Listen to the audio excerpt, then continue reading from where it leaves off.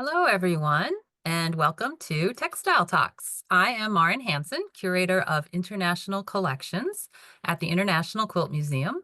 We are located at the University of Nebraska in Lincoln, and we proudly steward and exhibit the world's largest collection of quilts and related textiles, which span 5 centuries and over 65 countries.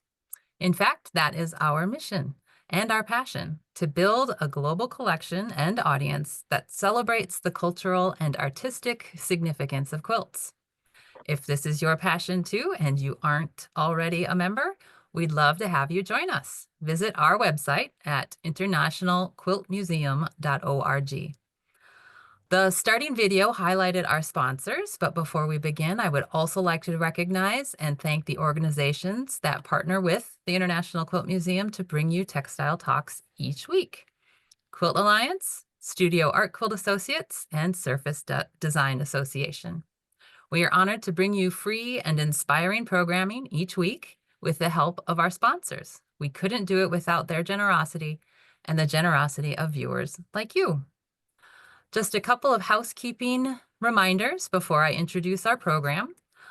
Please use the Q&A for questions, the chat box for greeting others, and survey for commentary or ways we can improve. It's fun to always see in the chat box everyone saying hello and telling us what the weather is like where you are. If you prefer not to see any of these notifications from the chat, you can click on the chat button to toggle them on or off. The live captions make Textile Talks accessible to a wider audience. If you prefer not to view captions, you should be able to turn them off. Today, we are pleased to have UK artist Lynn Setterington present to us about her work. Lynn is an internationally recognized artist working in the textiles arena. Her work explores contemporary issues in society and how stitch can be used to commemorate people and communities. Her quilts and cloths are held in many major public museums, including the V&A, Victoria and Albert, the Crafts Council, International Quilt Museum, and the Whitworth Art Gallery in Manchester. In the 1990s, she became known for her use of Kantha embroidery and quilts. Since the 2000s, she has used textiles as a method to share with and commemorate communities and to celebrate the everyday. In 2010, she began an extensive study of an overlooked aspect of social history and folk art in the form of signature cloths, working with groups in the US, India, Bangladesh, and the UK. Born in Yorkshire, Lynn trained at York College of Arts and Technology and Goldsmiths College, London. She has been a senior lecturer at Manchester Metropolitan University in the School of Art since 1992, and in 2009 was awarded a Public Engagement Fellowship. She is an associate fellow of my museum, the International Quilt Museum, and in 2010, we were very pleased to have her in Lincoln for our visiting fellowship. Lynn's PhD from the University for the Creative Arts in Farnham, England, builds on her extensive knowledge to investigate the hidden values and tensions in stitch-based engagement, including the intertwining of ethics and aesthetics. Very fascinating to me. Welcome, Lynn. We are so pleased to have you here for Textile Talks today. Thank you, Marin. I was thinking, oh gosh, what a build-up. Well, you need that grand introduction because you have been a valued part of the textile art community for decades now. So yes, I am going to now hand everything over to you, Lynn. And thank you so much, I know Marin. our audience is going to enjoy hearing about your career from the 90s onwards. Fabulous. Thank you. Thanks, Marin, so much. So hello, everybody. And yeah, how wonderful to be speaking to you all today. I can see all the kind of chats coming in from all over, and that's so lovely to hear people from all over the world are involved. So yeah, so thanks to the International Quilt Museum for inviting me and kind of organising today. I'm going to try and talk for, well, I will try and talk for 40 minutes or so. I'm going to share my screen. I'm you know, having all these years, I've realised I'm a very visual thinker and learner. So I've got a PowerPoint presentation for you to share. And really, I'm talking about my work, which goes over 40 years of making. And I'm highlighting just a few projects because obviously there's lots to be sort of shared in that time frame. I'm working on an exhibition in London at the Fashion Textile Museum that opens the end of March next year and is on till the beginning of September. And I've done a book that kind of links to that, which again is just a sort of snapshot of some of my work. It's not everything I've ever done because that'd just be impossible, but it's kind of nice to kind of highlight and pick a few things. So I'm going to get on with the presentation and hope I can share my slides. So can you see that first slide, connecting threads? Yeah, is that yes? Hopefully you can. Lucy will tell us if we're not. So so yeah, Connecting Threads is the title of my book that I'm sort of just about to publish. And I'm working with a small independent publisher in Britain called Quickthorn Press. So Lucy will share their details at the end if anybody's interested in finding out more about them. So my practice actually, says it goes back 40 years, in fact. So these early pieces are sort of from my degree in London at Goldsmiths College. And I'm from, as Marin said in the introduction, a small village in north of England. And so going to London, to the capital, to kind of this multicultural cosmopolitan city was a huge eye-opener for me. And I loved it. I loved the kind of mix of kind of, sort of everything that was there and all the exhibitions and opportunities. And I started recording it through Stitch. So these are some of the small kind of early pieces from that time, and a lot of them I still have in my collection. A few are in private collections, but I still have quite a number of them, so they're going to be featured in the exhibition. And I think they're pivotal because they really were me kind of trying to make sense of who I was and where I was, and kind of just using materials that I had around me. I wasn't worried about them being sort of square or sort of super kind of technically brilliant. They were sort of painting with thread, really. And the brightness of the color and the sort of sort of just allowing the sort of material to come through from the background was all part of it. There were scraps of found fabric, and I've always loved kind of frescoes and sort of kind of ancient art as well. So I sort of see them almost like kind of that they're little kind of vignettes of life. So yeah, so that's kind of sort of the early starting point. So then we have a big jump. There's a few gaps in between, but this is a traditional Kantha quilt, and this was a kind of pivotal moment in my sort of development, really, as a kind of maker, as an artist. I saw this exhibition of Kanthas at the Whitechapel Gallery in London in the late 1980s, and it was called Woven Air, and it was Woven Air was the name because the woven air referred to very fine muslin cloths that were made in the sort of Bengal region, so fine that they looked like woven air. But alongside the muslins, which was one of the aspects, there was also these Kantha quilts that had never really been seen in Britain before. I'd never heard of them. And they're all hand stitched. They're made exclusive by women. And you probably all know this now, but it really wasn't sort of known at the time. They used the sort of old saris, the garments, to kind of piece together cloths and stitch in these quilts. And they were just fabulous. I just loved them. This one's about sort of, I'm going to be metric here. Yeah, about 120 meters square. They often have this central mandala borders, and kind of sort of I just was sort of fascinated by them. The configuration, they're not sort of, there isn't necessarily one way up you can see them. You could turn this on its side and it'd still read well. And it was really simple stitching. A lot of it was actually running stitch, sort of that had been worked and sort of adapted. And I just was fascinated by them. So having seen this exhibition, I literally kind of went home and sort of made my own. So this is one of my first pieces. As you can see, it's called the Bathroom Shelf, and it's in the V&A collection.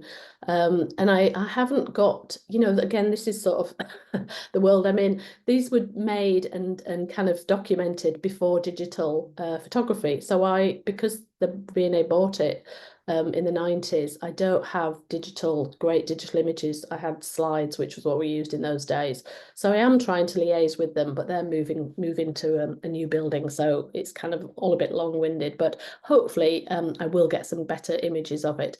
But it's kind of, yeah, it's my domestic interior scene, sort of, it's my bathroom. It's Nivea bottles, kind of it's sponges, it's toothbrushes, toothpaste, things from my life. And I was really interested in, and still are, the kind of ordinary, the things we sort of take for granted that are around us, and kind of celebrating life, and just sort of, yeah, sort of how particularly sort of domestic things to do with women's lives, kind of that were often overlooked.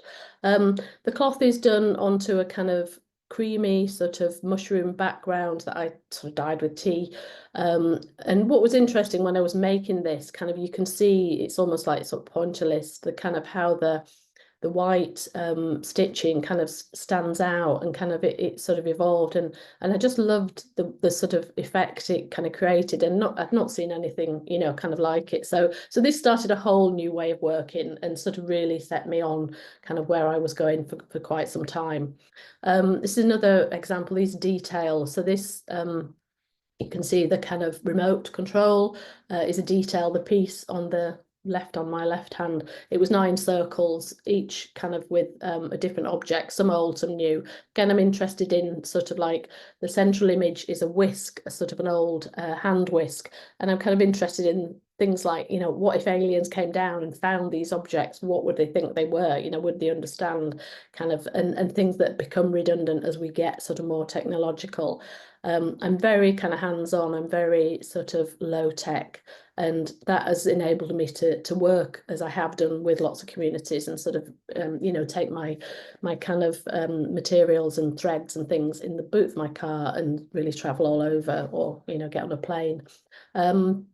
So yeah, so sort of moving on. So drawing as well. Don't do quite as much drawing. I don't do a lot of drawing now, but I did a lot of drawing documenting. So again, sort of these ordinary objects, domestic things. I was looking at sort of catalogues and things around kitchenware. But yeah, just sort of these things that, as I said, we kind of all have in our lives, but really don't maybe acknowledge or celebrate. And it was the kind of relationship between them, kind of, this is kind of making a cake, so lemon cake, so the sort of objects associated with that, and just things around my kitchen. I'm also interested in colour relations, how colour works, together, sort of, and sort of, again, the sort of, background, how that interacts with the sort of foreground colours in these cloths. This one is Sewing Seed, which is in the Whitworth collection. Again, it's the first really big piece I did in the Kantha style. It's all hand stitched, all of these ones hand worked. The bigger image of the whole cloth, slightly harder to see, but you can see the detail. So I'm using the idea of the mandala in the center, but instead of it being the traditional mandala, I've got a watering can surrounded by a hose pipe, and then all the objects are to do with gardening.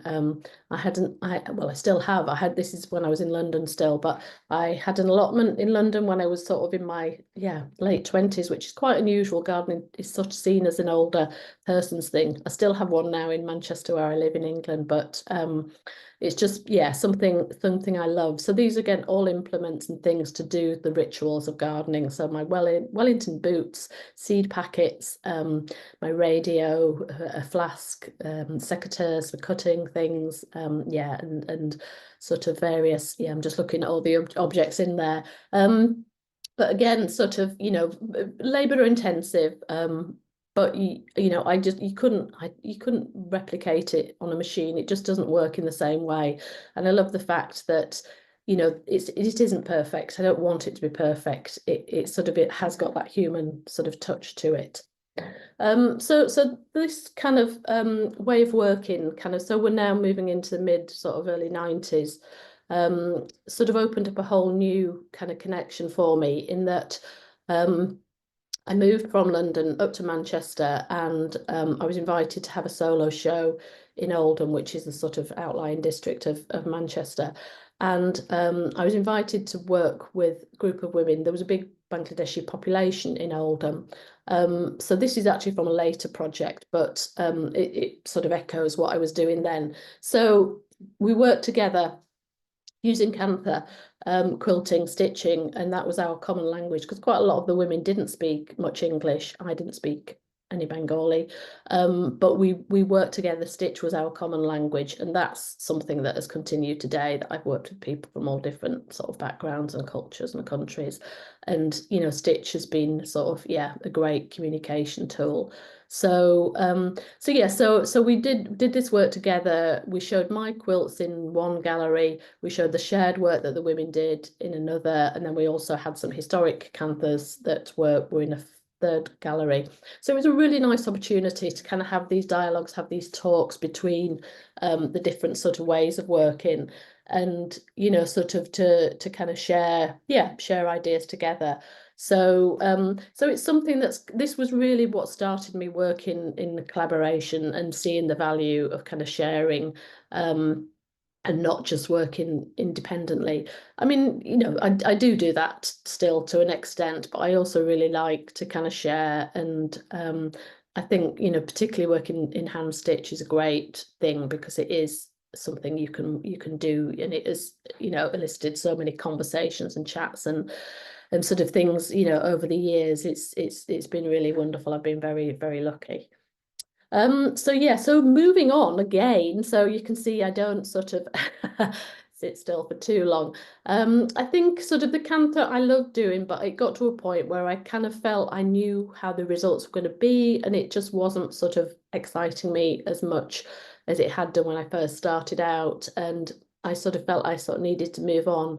So this is a Suffolk puff quilt. I think they're called yo-yos in America. I don't know if they have different names in other places, but they're kind of circles of recycled, again, sort of repurposed cloth that you cut into circles, you stitch around the edge and gather it up and make a smaller circle, as you can see in this example, and then you put them together to make a quilt, or they can be used for edging, all sorts of things. And this is an example, as it says in the slide, from Gawthorpe Textile Collection in Lancashire in Britain.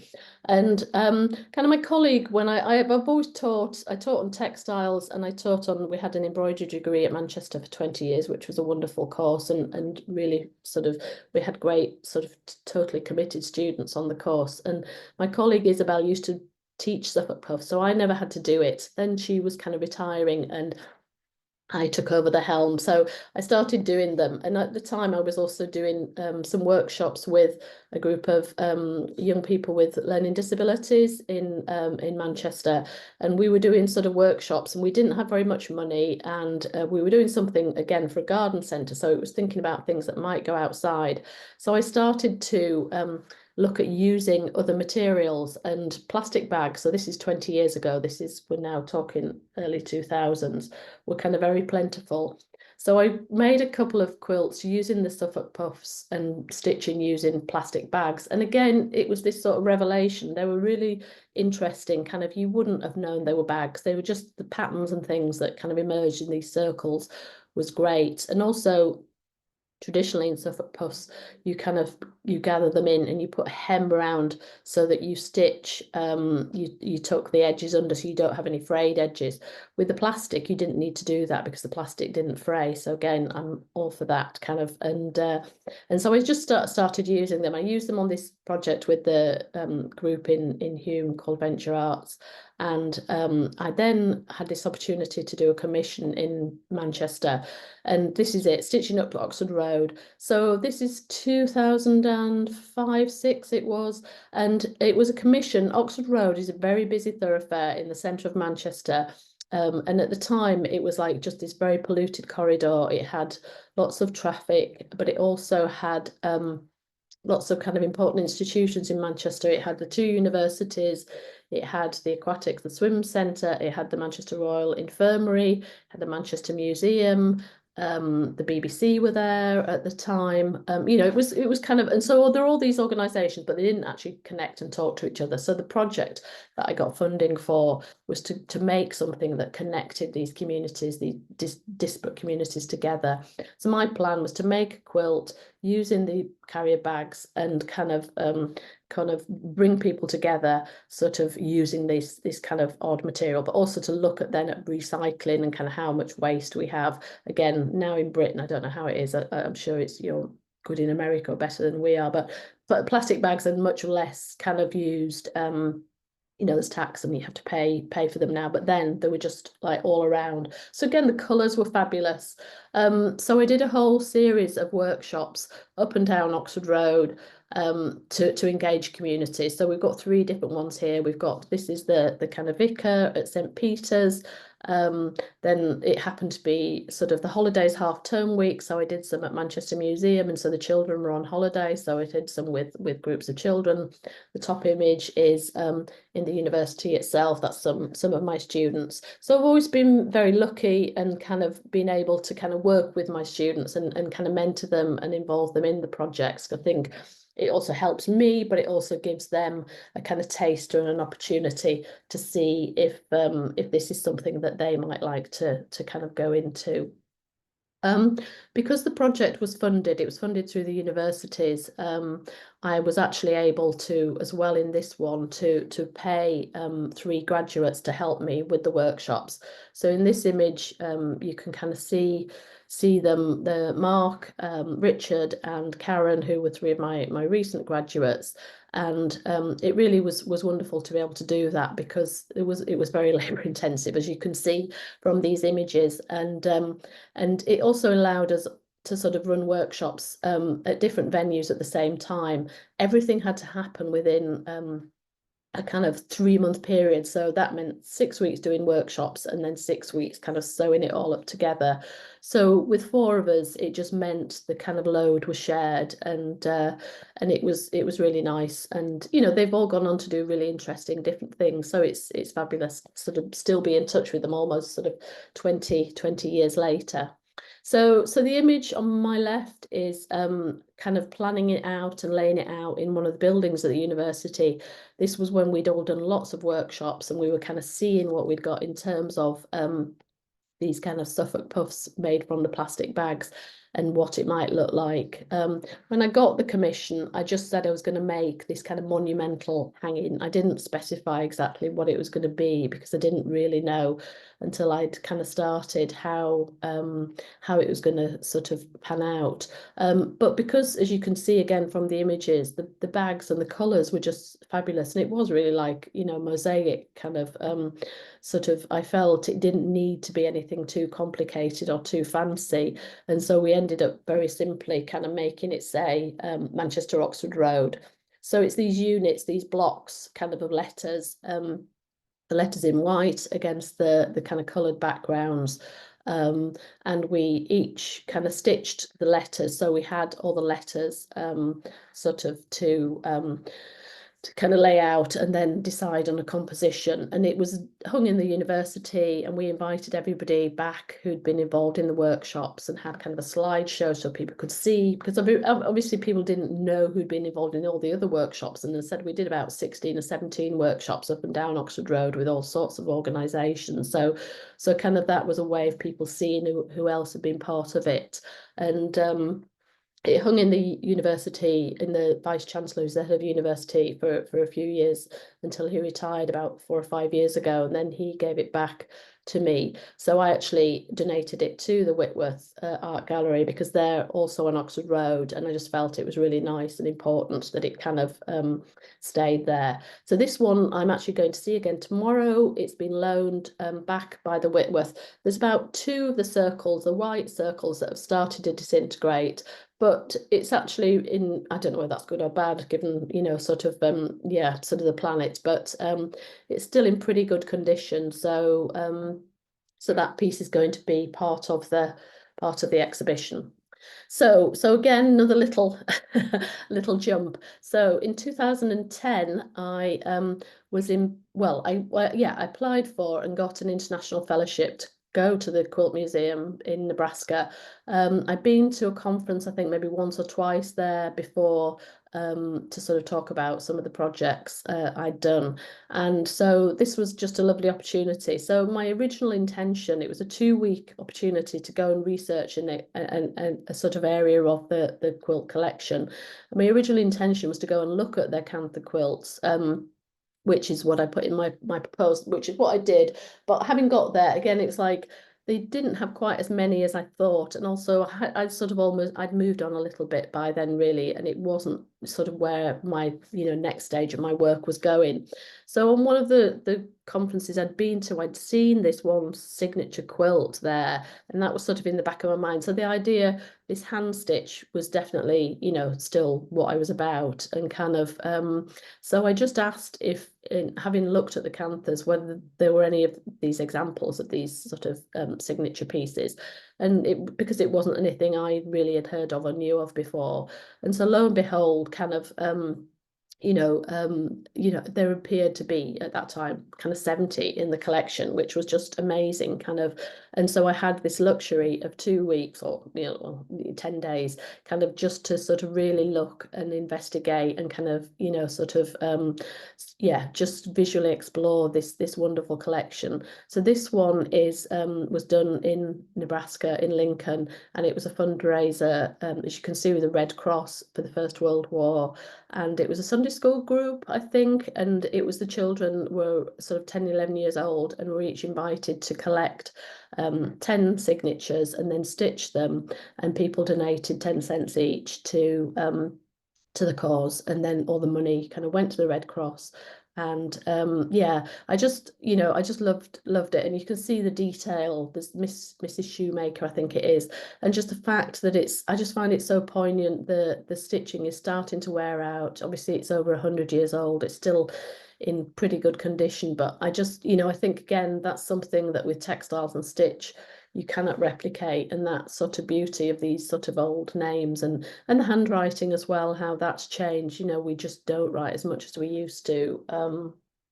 And it was kind of, again, at a time when in Britain checkbooks were going, sort of becoming obsolete, and kind of, this whole thing about identity and who we are. And it just struck me that, with the sort of work I'd been doing, the notion of a signature was something that most people had, and it was a way of drawing, it was mark making, it was kind of calligraphy.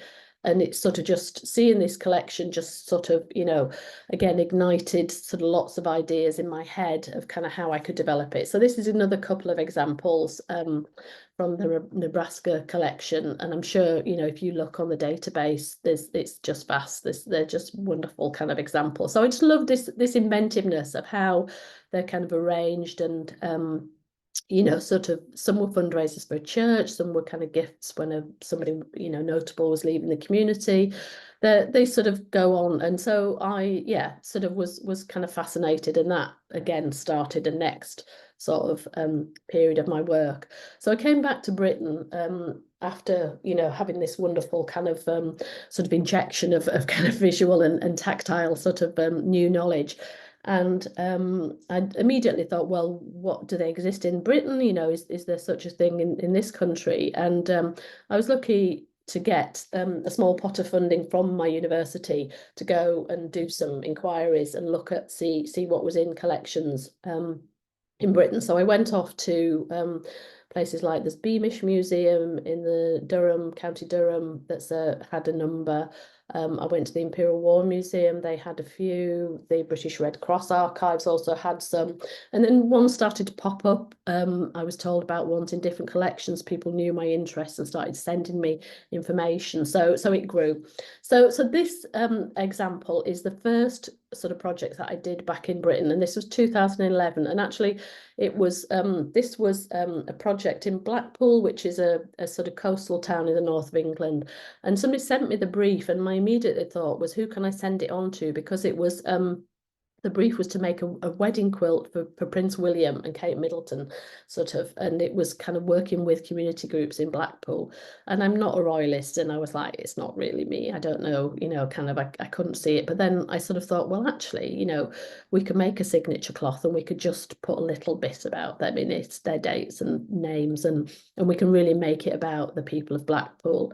And so I applied for it and I got the commission, and that's exactly what happened. So I worked with quite a lot of hard to reach groups, quite a lot of deprivation, poverty in Blackpool, although it's this kind of seaside resort. So yeah, lots of people stitched their signatures, and we also included kind of images of the town, iconic sort of things. There's a pleasure beach, there's an old windmill, and kind of that's sort of what it's known for. So we included those, so it pinpointed it as Blackpool.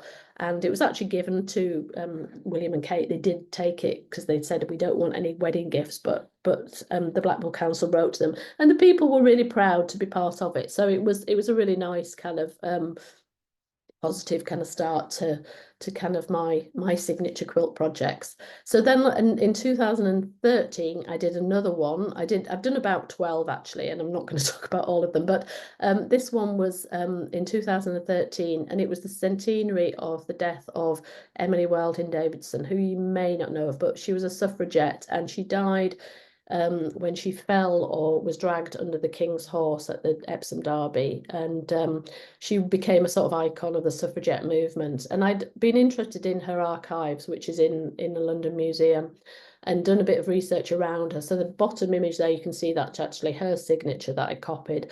And then something came around to say this good deeds. Her epitaph was deeds, not words, and they wanted people. This website wanted people to do something in her memory to celebrate.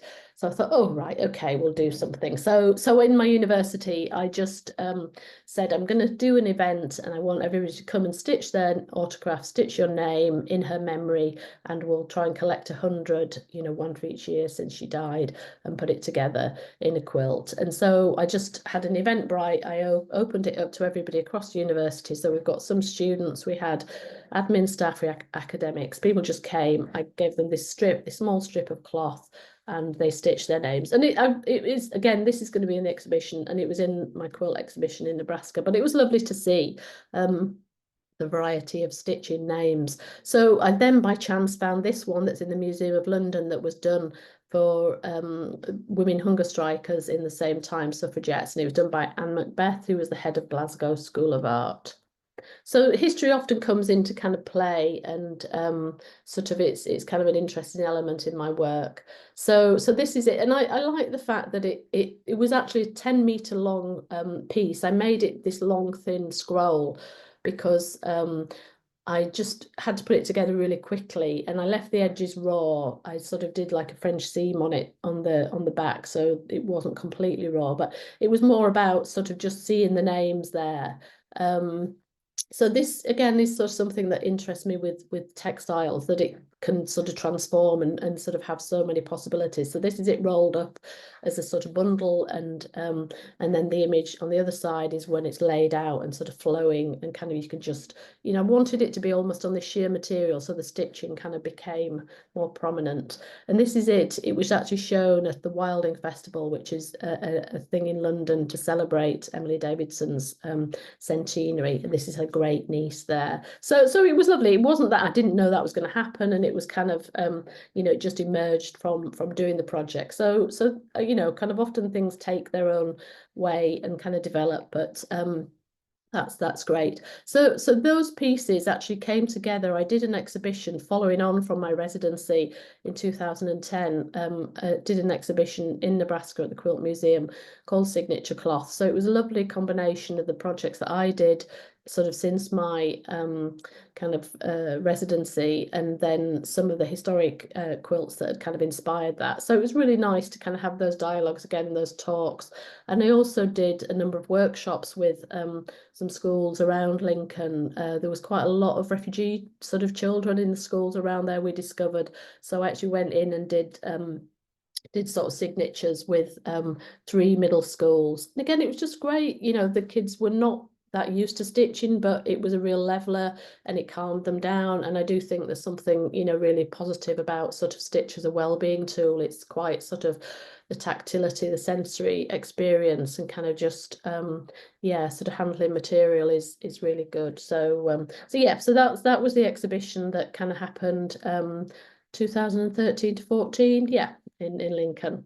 So so yeah, how are we doing for time? I think I'm all right. Yeah, good. So yeah, so a couple more signature projects, or one more.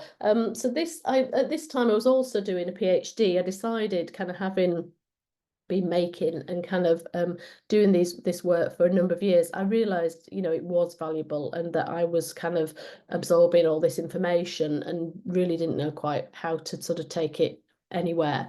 So I decided to do a practice-based PhD, and I went to Farnham, which is in Surrey, so it's quite a way for me to travel. But I was working with Professor Leslie Miller, who had a really good reputation. She just retired last year, but she was, if I'm going to do one, I'd like to do it with somebody who I feel would be really helpful to me.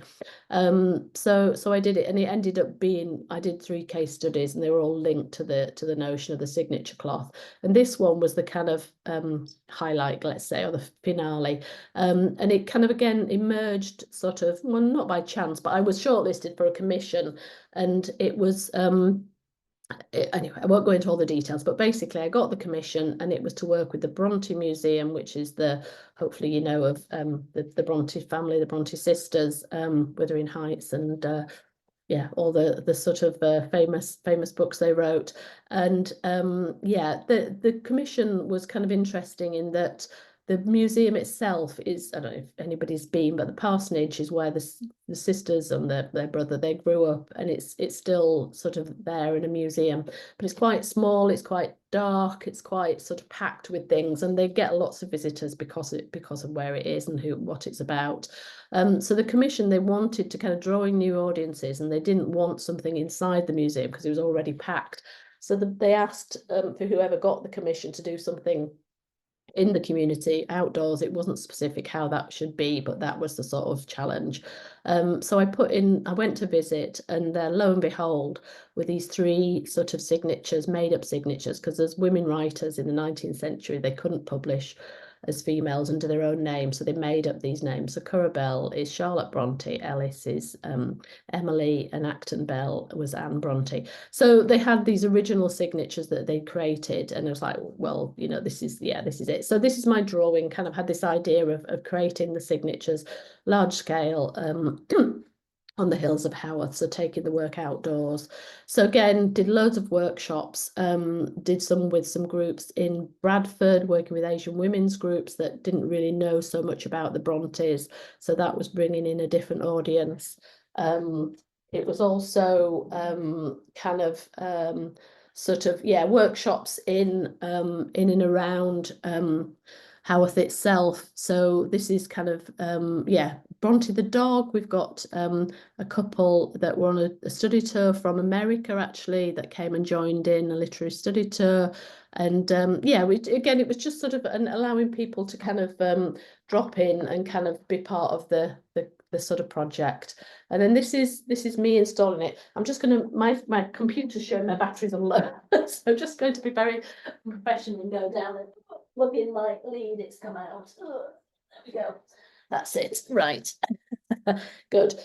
So yeah, so this is me installing. So what I did was I created using this net, which is like debris netting, which I've been using ever since, because it would go outdoors. So my plan was to create the 3 signatures and place them on the hills of Haworth. Of course, I then had to find out who owned the land and whether we could use it, and kind of, yeah, it brought up lots of new challenges, but it was great. I was really lucky, kind of, that it all kind of came together, and I was really fortunate in that I found a local organisation who were young farmers. So it's young farmers group who lived and worked in Haworth, so they had great knowledge of the area.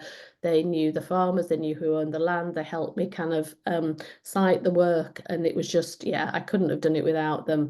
So this is the Bronte way, the sort of the kind of where the water is. You can see we had sort of halfway down, we had one little board which was like an information board. So there was one sighting point on that stream where you could see all three signatures if you were walking along. So this is about 3 miles from Haworth.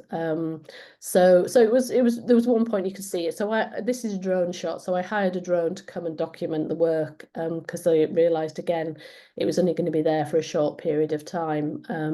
The farmer wanted his land back, and I knew it wasn't going to last. You know, it's quite sort of remote area, but it was great. So it was just taking the signature cloth into a whole new dimension, and so the signatures within signatures. So the ones that people worked in the workshops are all within the Curabell signature. That was one that was accessible, that was on a public footpath. The other two signatures were a bit more hard to get to. We didn't want anybody getting injured, sort of trying to get to see them. So we put them all into Curabell. So I don't think I've got another image of the detail of that. But yeah, it was a fabulous project. And if anybody's interested and wants to see, we did a little film that's on the Bronte Parsonage website under the Contemporary Arts section. It's about 5 minutes. So it shows, and talking to camera, quite a few of the people involved in it. And then it's got moving images of the drone kind of going over the signatures. So yeah, that was a good project. And yeah, certainly helped kind of with my PhD finishing that. So yeah, so sort of moving pretty much up to date. So I won't be too long now. This is safety net. So the net that I said, this debris net that you find on building sites, and I don't know if it's in the same in America particularly, but you see it all in Britain. And I started documenting it because it's used when buildings have been repaired or kind of new builds. And they put this net to stop the debris falling onto passers-by, onto traffic. But I started using the white for the Bronte project. And then going into builders merchants, I realised it came in all these fabulous colours, and it was actually quite cheap to buy. And so I kind of had a bit of money left over. So I bought a roll of all these different colours. And then when I was in my studio, so this is my studio space. This isn't my entire space. We have a shared gallery space, and this is Ellie, who is one of my students from 3 years ago. So I was in there and I listened to the radio when I'm in my studio, and I was listening to some program. It was a program about mental health, and it was saying how that there was such a sort of poor mental health in the construction industry itself. And they talked about this phrase, there is no health without mental health. And this was just sort of coming out of lockdown. And I knew, from people, friends, sort of students, sort of about mental health being something kind of that was such a sort of epidemic. I kind of wanted to do something about it. So I used the net, and I made a huge sort of banners kind of that said there is no health without mental health. So this is me also testing and drawing and kind of working with the net, which I've gone on to do subsequently. So this is one of the iterations of it. So this is on a building site in Manchester. And this was using sort of a limited colour palette, and I worked with a construction company, and they were fabulous. And again, they wanted to do it because they'd lost 2 scaffolders to suicide, the last 2 years.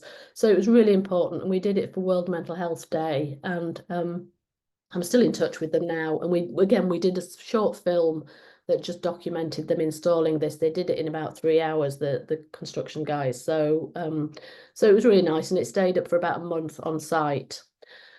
But I also had another set of letters which I'd done as a test piece prior to that. And so it's like, well, I might as well try. I was trying to find a company to put it up there.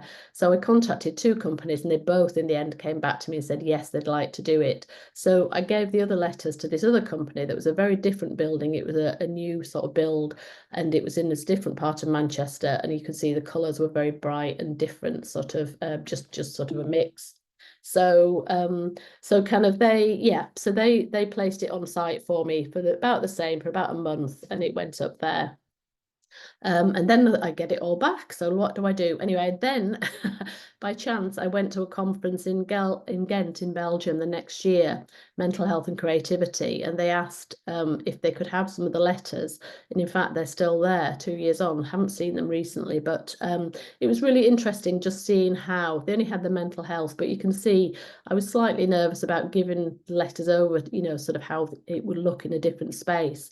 But they displayed it really nicely, and this is like courtyard. This is an old mental asylum that's now a museum. So, you know, I felt it was a really nice, appropriate venue.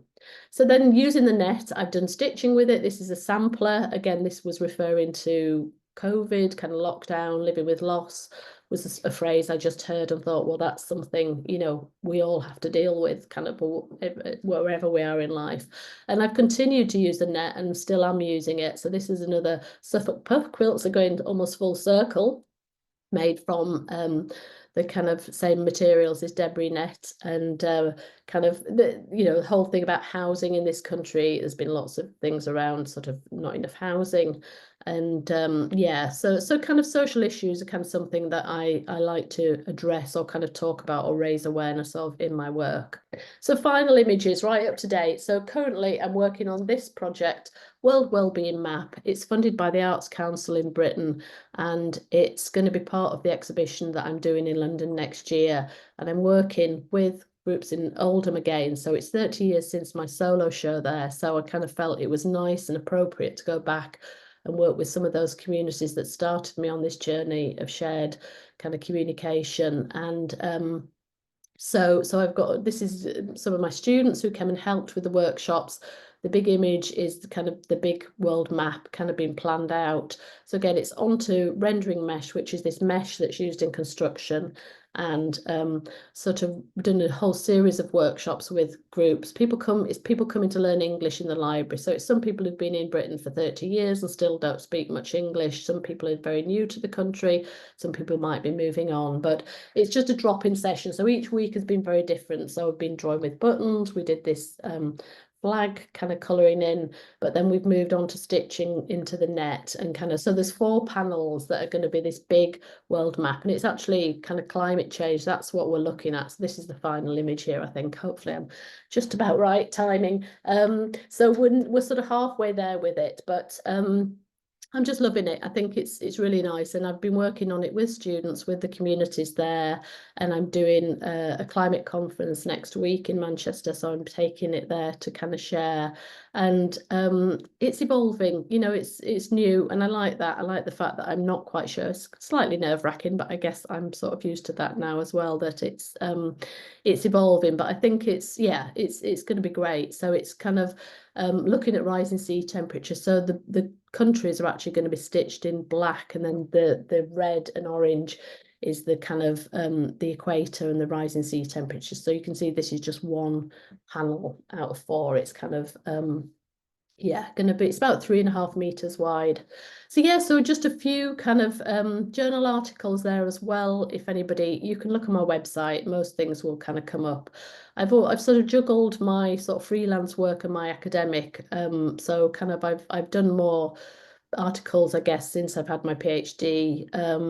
But yeah, the book is Connected Threads, and it's going to be published by Quickthorn next January. So that's going to be a really visual sort of document, and will accompany, like I said, the exhibition in London next year. So yeah, so there's my website and my email. I'm on Instagram. Hopefully, yeah, if you're on that, you'll see kind of the projects developing. I'm kind of recording things as we go. That's my little studio space. And then the last one, there we are, put that in thinking I would have lots of people from Nebraska, but maybe I do, maybe I don't. But yeah, it's about 10 years since I was in Lincoln, but I have very fond memories, and had some great times, and still have some lovely friends there, Marin. So yeah, so that's it really. I think that's it. So yes, what do I do? Shall I stop sharing kind of and come out? You know, maybe keep it up just in case we Yeah. have some questions about specific pieces, but Okay, that's a good point. That's a I'll good just say point. that we cannot wait to have you back in Lincoln. That would be wonderful to have you with us again. I was just hoping you could very briefly tell us a little bit more about the exhibition that you're Sure. involved in.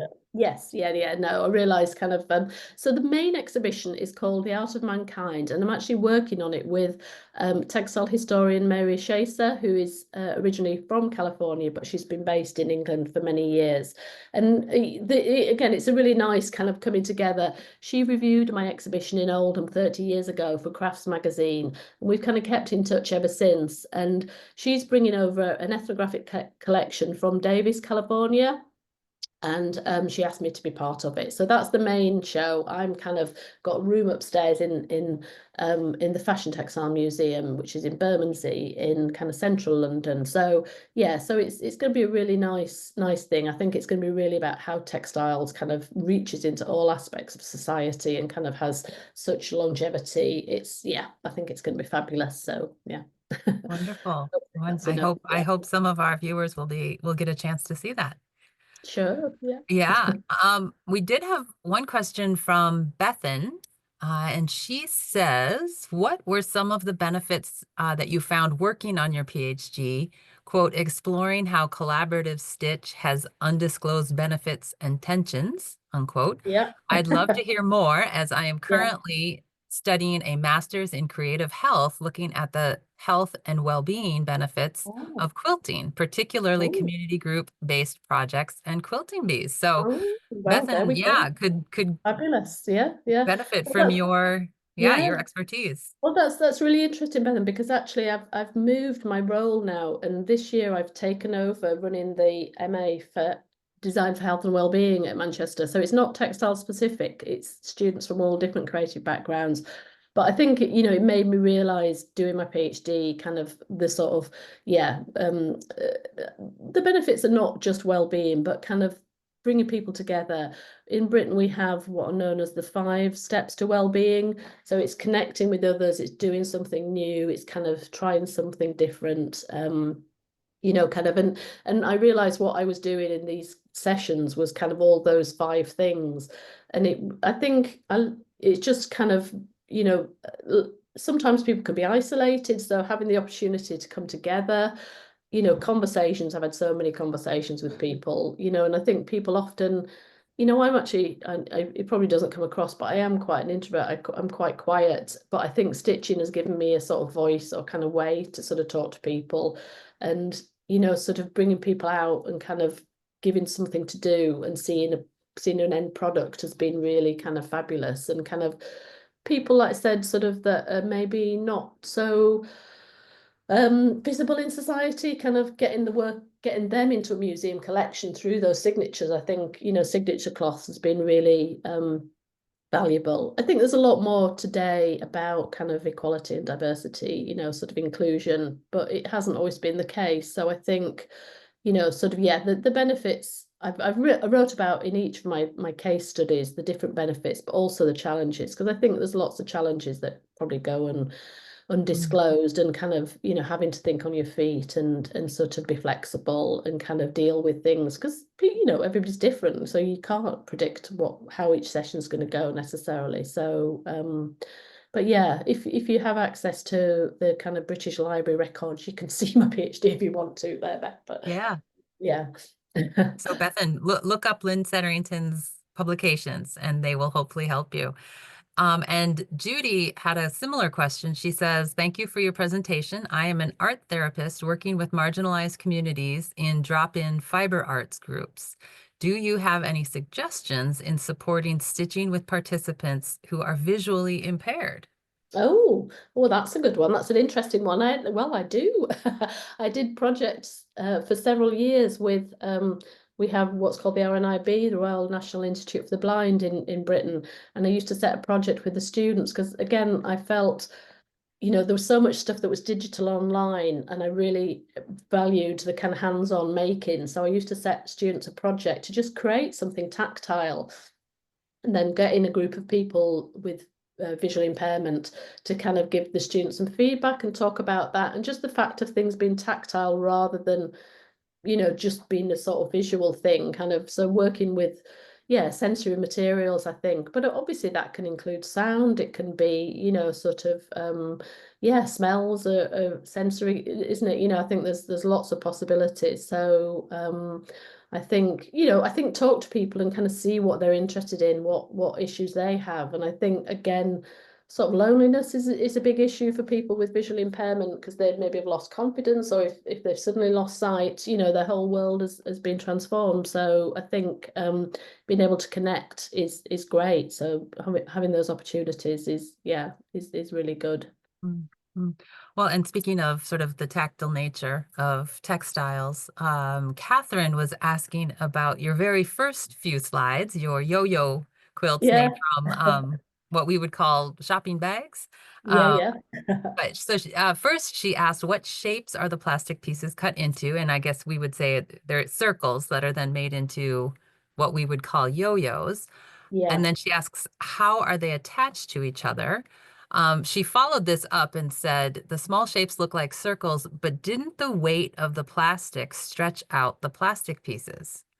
So this is, maybe you could go back to those slides. Yeah. Let me see. Yeah. Um, yeah, the circles, it is plastic, and I have like a template I cut out in cardboard, a little template, so the circles are all the same size. And it's all hand stitched, again, kind of really labor intensive.